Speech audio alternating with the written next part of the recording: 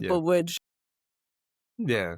And I had this colleague called Anthony Young. He was in sales. So in our conversations, I would voice to him like, hey, sales is where my goal is. I know that I've just started, but that's where I would like to go in the future. What are some things that you recommend that I learn? What are some things that you recommend that I know? Who are some people that you recommend I speak to?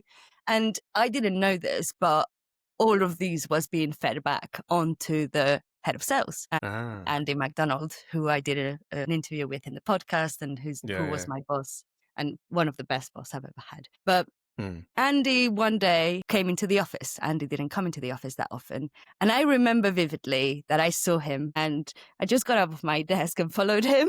I didn't know I was following him to the toilet, but right outside of the toilet was a vending machine. I knew that Andy was an Arsenal fan and that Arsenal had played the day before. So like that was kind of like my intro into the conversation. And you did your research, you did your fact finding on, okay, keep going. I didn't like seek out to know this, but through conversations with people, they had mentioned like, oh, Andy's a big Arsenal fan and they played yesterday. And that day he happened to be in the office. So I walked behind him. He went to the toilet. I stood outside by the vending machine. And as I saw the door open, I just grabbed a random Kit Kat or something. And he came out. He was like, oh, I don't know you. And I was like, hi, Andy, I'm Sonia, just like joined. And then I was like, I heard that you're an Arsenal fan. How was the match yesterday? How did you find it? Knowing that they had won, obviously. And he was like, yeah, such a good match. Are you into football? And I was like, well, I did play. I'm into Real Madrid.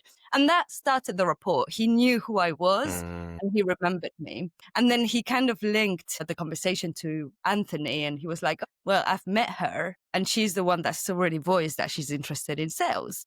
And that was the pin, right? After that, whenever he would come in the office, I would like make a point to say hello, have a coffee or just like welcome him into the office. And we had a chat when the opportunity arose to potentially join the team. And because I was so junior into corporate life as a whole, he suggested that I join as a solution consultant. Reason behind this is because I was onboarding the clients. I already knew the system in and out. I could do the demos. I could help the sellers sell better. And that was my start into sales. I know it's a long story to get to this. No, that's a beautiful story. I love Andy was pivotal.